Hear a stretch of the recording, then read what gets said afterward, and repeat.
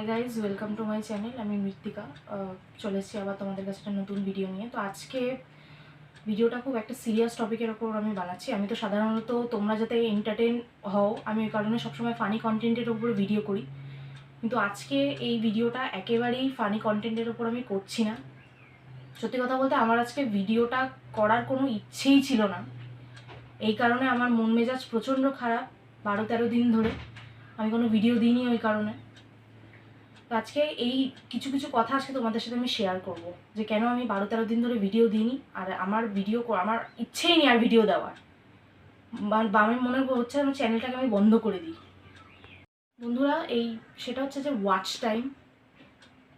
আমরা সবাই জানি যে ইউটিউবে 3000 ঘন্টা ওয়াচ টাইম করতে, আগে 4000 ছিল, এখন সেটা 3000 এসছে। তো এই 1 বছরে আমি 3000 ওয়াচ টাইমের মধ্যে 3000 ঘন্টা ওয়াচ টাইমের মধ্যে আমার টোটাল 945 ঘন্টা আমি গেইন করেছিলাম।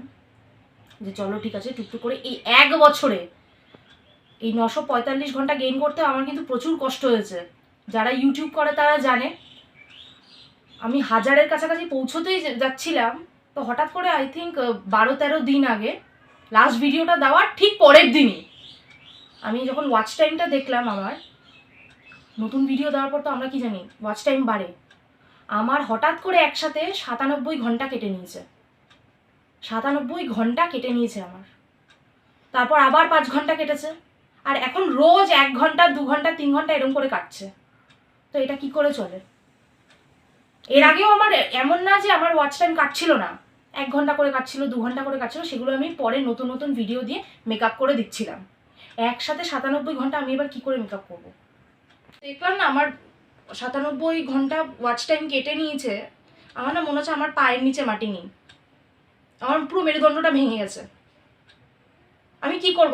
আমি মায়ের কাছে নিয়ে গেলাম, আমি বললাম দেখো এই অবস্থা। তারও একই অবস্থা, তারও মন ভালো নেই। আমি 12-13 দিন ধরে আমি ওই দিনে ডিসাইড করলাম, মা এইভাবে চললে তো হয় না, আমি ভিডিও দেবো না, আমি দেবো না ভিডিও। আর এইভাবে যদি কাটতে থাকে 97 ঘন্টা 98 ঘন্টা 50 ঘন্টা এরকম করে কাটতে থাকে, তাহলে আমি জীবনে আমার চ্যানেল মনিটাইজেশন হবে না, জীবনে না। যখন আমি নিয়ে গেলাম, আমার মা বললো যে তুই চাপ নিস না, অনেকের কাটে। আমি বললাম মা, একসাথে 97 ঘন্টা কেটেছে কারোর, আর যদি কেটেও থাকে তার কষ্টটাও তো বোঝো। যারা ইউটিউবে আমার মতো যারা এখন স্ট্রাগল করছে নিজেদের চ্যানেল মনিটাইজ করার জন্য, তারা বোঝে এক একটা ঘন্টার কতটা মূল্য, এক একটা ঘন্টা গেইন করতে কতটা কষ্ট করতে হয়। আমি 1 বছর ধরে, এমন না যে আমিও কষ্ট করেছি, আমার মাও কষ্ট করেছে। আমার ভিডিওগুলোকে শেয়ার করা, লিঙ্ক পাঠানো, এই করা ওই করা, আমার একার কষ্ট না কিন্তু। এটা একটা ভিডিও তৈরি করতে কত প্রবলেম হয়, কন্টেন্ট তৈরি করতে হয়, মাথা লাগে, এটা সবাই তোমরা জানো। তারপরও যদি ওয়াচ টাইমের এই অবস্থা এইভাবে যদি কাটতে থাকে, তাহলে কি করে দাঁড়াবো? আর তোমরা একটা কথা বলো, যাদের চ্যানেলে কোনো কন্টেন্ট নেই, কিছু নেই, কোনো টপিক নেই, তাদের চ্যানেলও মনিটাইজড, কারণ তাদের একটা ভিডিও ভাইরাল হয়েছে, ওই কারণে তাদের পুরো গোটা চ্যানেলটা মনিটাইজেশন হয়ে গেছে, মনিটাইজেশন পেয়ে গেছে তারা। আমার তো একটা ভিডিও এখনো ভাইরাল হয়নি। আচ্ছা, আমি আমার অডিয়েন্সদের কাছে জিজ্ঞেস করতে চাই, আমার সাবস্ক্রাইবারদের কাছে জিজ্ঞেস করতে চাই, আমি কি খুব খারাপ ভিডিও বানাই? আমার ভিডিও কি দেখা যায় না? কোনো কন্টেন্ট থাকে না ওই ভিডিওতে? আমি কি বাজে ভিডিও বানাই? তোমরা আমাকে প্লিজ কমেন্ট বক্সে করো। আমি উল্টে বারবার করে তোমাদের বলি যে তোমরা কোন টপিকের ওপর ভিডিও দেখতে পছন্দ করো, তোমরা বলো, আমি সেই টপিকের ওপরই বানাবো। আমি তো রোজ রোজ ব্লগ দিই না, ডেলি ব্লগারদের মতো আমি রোজ রোজ ব্লগ দিই না, সপ্তাহে 1টা কি 2টো করে আমি দিই। তাও কি খুব বাজে আমার ভিডিওগুলো হয়? একটু। আর ওইটা দেখার পর আমার যে কি অবস্থার মধ্যে দিয়ে আমি যাচ্ছি, আজকে গত 12-13 দিন ধরে আমার পুরো ভিডিও বানানোর ইচ্ছেটাই উঠে গেছে। আমার ইচ্ছেই করছে না ভিডিও বানাতে। দরকার নেই। আমারও সেম অবস্থা, আমার মায়েরও সেম অবস্থা। এমন করলে কি করে চলে বলো? আমার লাস্ট ভিডিওটা আমি বানাবো না, এরপরে আমি আর ভিডিও বানাবো না। আরে না না, ওরকম করিস না। চ্যানেল যখন খুলেছিস ভিডিও বানাতে তো হবে। 3 বছর সময় নিয়ে এসেছিস সেখানে, 3 বছর অন্তত চেষ্টা কর। না না, 3 বছরও যদি এইভাবে ওয়াচ টাইম কাটতে থাকে, উঠবোটা কি করে তাহলে? দাঁড়াবোটা কি করে সেটা দেখো।